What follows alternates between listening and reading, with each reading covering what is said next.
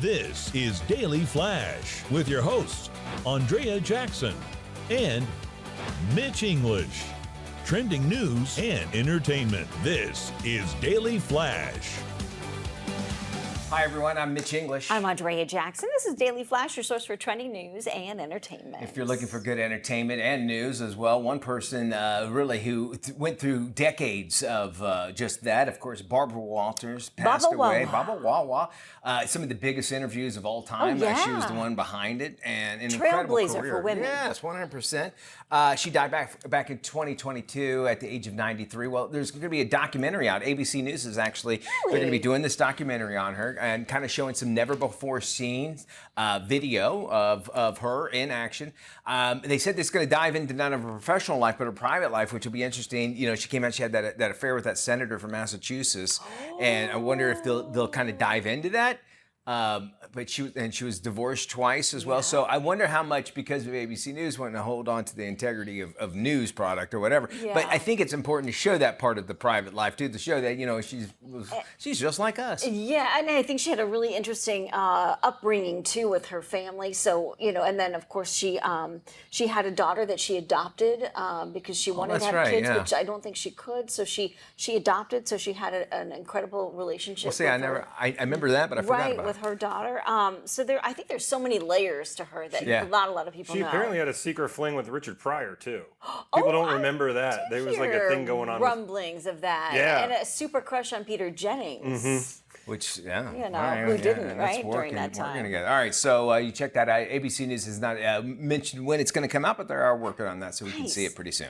Conventional wisdom in the Sunshine State suggests that any time you see a body of water in Florida, there is probably a gator in it. Gator. And every year, officials at the Florida Fish and Wildlife Commission take an alligator census of 100 bodies of water across the peninsula. The census is an estimate, and as you can imagine, counting alligators is no easy task. Imagine getting assigned that job.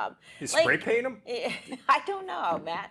Lake Okeechobee, Florida's largest lake, also has the most gators in it, with more than 24,000 calling it home. Wow. FWC also estimates there are more than 1 million alligators living throughout Florida. And if you think about it, they're the closest thing we really have to dinosaurs, too. Yes. I mean, there's so much. They're very interesting creatures altogether, and the whole adage of or basically say if one follows you, you're supposed to serpentine because they can't turn. That's not true. That's not true. That's a myth. That's right? a myth. Yeah. So when they'll tell you, if you move to Florida, you come to Florida, you see a gator, you want to run serpentine.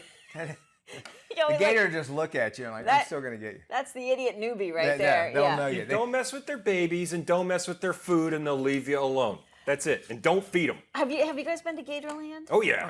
Many times. The jumperoo with the chicken? It's terrific. And then there's the Gator Farm up in St. Augustine, Florida, which is fantastic. It's a combination of gators and crocs. But they will tell you that alligators have some of the most amazing blood because they rarely get sick. And you think of all the crap they eat, where they live. I mean, they're living in like the boggiest, grossest areas known to man. And also, if they lose a limb or they lose a part of their body, they can regenerate it to some degree. Oh, I didn't realize which that. is fascinating. I guess kind of like lizards. They'll cut off their tail if they get scared. They've got Jolene at Gatorland, where it's got the top part of it, her jaw is cut off and still survived for like 4 or 5 months on like slugs and stuff. So they're testing their blood to see what's in it because they fight off diseases. They don't get cancer. They don't, suffer from a number of diseases that normal humans do. So what is it in their blood that makes them super powerful? Which goes along, that is interesting because like you said, they're very close to dinosaurs if you think about it.